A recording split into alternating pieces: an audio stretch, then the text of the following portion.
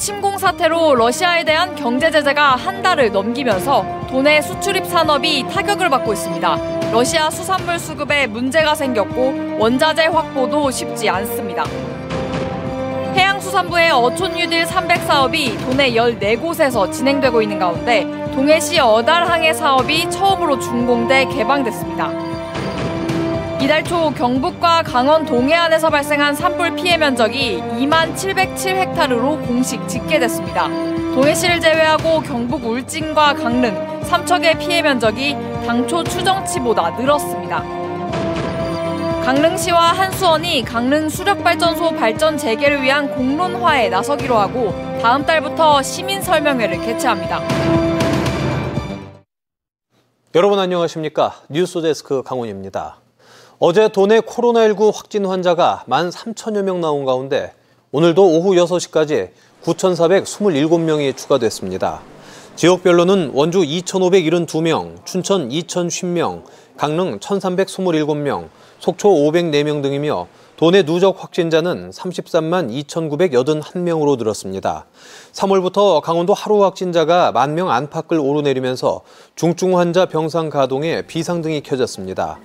888개의 강원도 코로나 병상 가운데 중등증 환자 병상 가동률은 37% 수준이지만 중환자 병상은 94%, 준중환자 치료 병상은 80%의 높은 가동률을 보이고 있습니다.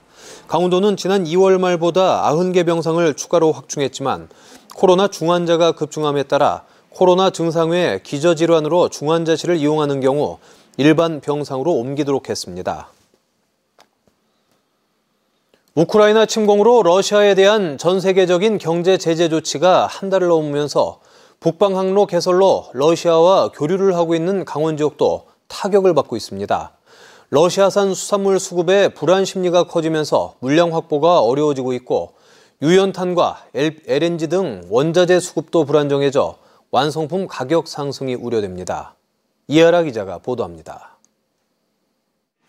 전국으로 유통되는 코다리 물량의 90%를 생산하는 속초의 한 명태 가공업체입니다. 러시아에서 명태를 수입해다 가공해 판매하고 있는데 우크라이나 침공 이후 명태 원료 가격이 70%가량 뛴 데다 그나마도 물량을 구하지 못해 이중고를 겪고 있습니다. 가격 폭등으로 인해서 지금 제조업체들은 이제 적자를 보면서 각 거래처나 자영업자들한테 이제 보내고 있는 실정이고 하반기 공급이 끊길까 봐. 전쟁 상황에서 수급 전망이 어두워지면서 러시아 냉동 명태 유통이 원활하지 못해 명태 가공업체는 비축 수산물을 조기 방출하는 방안을 정부에 요청하고 있습니다. 아직까지 러시아 수산물 수입이 가능해 대게와 킹크랩, 조개류 등은 물동량 확보에 어려움은 없지만 대금 결제 문제로 수입업체들 상황이 쉽지 않습니다.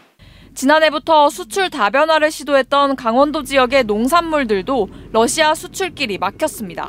동해항에서 러시아 블라디보스토크로 화물을 수송해왔던 페리 화물선은 어수선한 국제 정세 속에서 선박 정기 검사를 이유로 다음 달부터 한 달 보름 동안 운영을 중단합니다.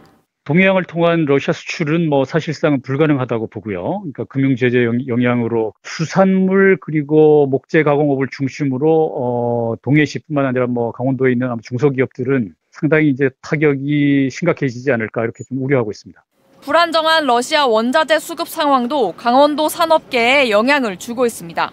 러시아산 유연탄을 확보하지 못하고 있는 시멘트 업계는 비싼 호주산으로 수급처를 바꾸면서 생산 원가가 올라가 공장을 정상적으로 가동하지 못하고 있습니다.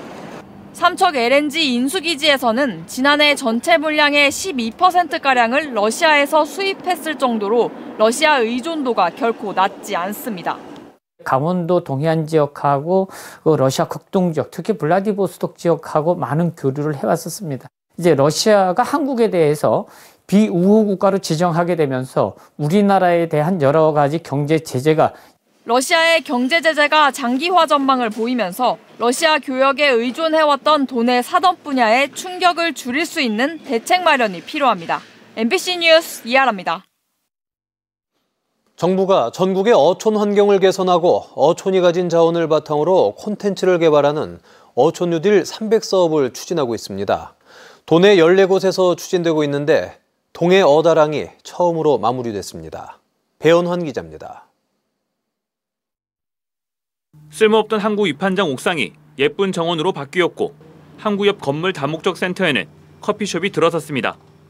이곳 동해 어다랑이 강원도에서는 최초로 어촌 유질 300 사업을 마무리했습니다. 동해 어다랑 어촌 유질 사업은 지난 2019년부터 국비 등 모두 98억 원이 투입돼 방파제 보강과 어항구역 경관 개선 공사 등을 마쳤고 어업인 다목적 센터를 개장했습니다. 주변의 도제비골 스카이밸리와 해랑 전망대 등과 연계한 묵호와 어다랑 일대 관광도 활기를 띨 것으로 기대됩니다. 묵호 도제비골 스카이밸리와 이제 연계해서 대진 망상까지 이제 관광 별도로 이제 완성한다면은 이제 새롭게 떠오르는 이제 명소가 되지 않을까 그렇게 이제 생각됩니다. 어촌 유질 300은 정부가 지난 2018년부터 전국의 어촌 마을 300곳을 선정해 기반 시설을 현대화하는 어촌 생활 SOC 사업입니다. 어촌 마을의 기반 시설을 현대화하고 어촌이 보유한 핵심 자원과 차별화된 콘텐츠를 발굴해 경쟁력을 높이겠다는 취지입니다. 도 내에서는 강릉 정동 심곡항과 삼척 초곡항 등 모두 14곳이 선정됐습니다. 어촌 유질 300 사업을 통해 바다와 함께 쉬며 몸과 마음을 치유하고 즐길 수 있도록 해안 산책길을 산뜻하게 정비하고 유휴 공간의 공원을 조성하였으며 어촌 유질 300 사업이 속속 추진되면서 낙후됐던 도내 어촌 마을 주민들의 삶의 질 향상과 관광 자원 개발 사업에도 속도가 붙고 있습니다. MBC 뉴스 배현환입니다. 평창군이 최근 군유지를 매각해 관광 숙박시설을 유치한다는 계획이 군의회를 통과했습니다. 해당 안건에 대한 심의 과정에서 우려의 목소리가 강하게 나왔는데요. 투자 유치 때마다 국유 재상 매각이 포함되면서 공공성 논란과 특혜 시비가 끊이지 않아 방식에 문제가 있다는 지적입니다. 보도에 조성식 기자입니다. 산과 강이 어우러져 있는 평창 노람뜰1원, 수석을 주제로 한 돌문화 체험관과 캠핑장, 산책길 등이 이미 조성됐고 평창군이 에코랜드와 물안경 체험센터, 자연 휴양림 등 대규모 관광화 사업을 추가로 진행하는 곳입니다.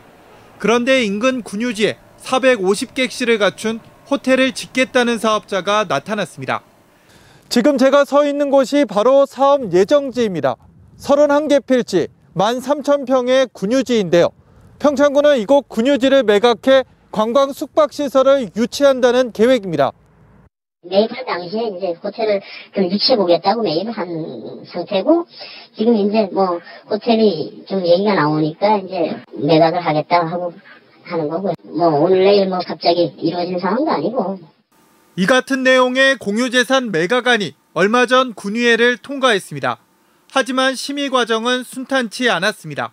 공유재산 매각 사유가 공공목적에 부합하느냐를 두고 충돌이 벌어진 겁니다. 평창군은 투자 유치가 일자리 창출과 경제 활성화를 담고 있어 공공목적에 해당한다는 해석입니다. 평창군 전체 평창읍이라든지 남부지역의 지역경제 활성화라는 궤가 같이 돌아가기 때문에 그게 광의로 봤을 때 공공목적이 될 수 있다, 이제 그렇게 판단하는 것이고, 반대로 일부 군의원은 특정 업체의 돈벌이를 위해 군유재산을 사실상 수의계약으로 매각하는 것은 적절치 않다는 지적입니다. 주민들이 함께 사용할 수 있는 공익성을 가진 목적이래야지 공공목적이라고 돼 있는 거래요. 어떤 한 사람이 호텔을 진다고 해가지고 그 부지를 그쪽에다 판다, 그건 공공목적이 아니죠. 그건 영업 목적이죠. 이런 논란은 꾸준히 있어 왔습니다.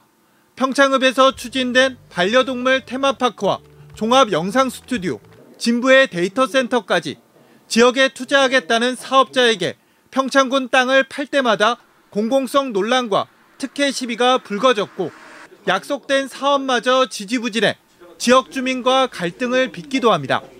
소규모 농촌 지역이다 보니 기업이나 투자 유치가 쉽지 않은 건 현실입니다. 하지만 공유재산을 내주는 식의 투자 유치는 사업 성과에 대한 부담까지 떠안는 꼴이어서 방법의 전환이 필요하다는 목소리에 점점 힘이 실리고 있습니다. MBC 뉴스 조성식입니다.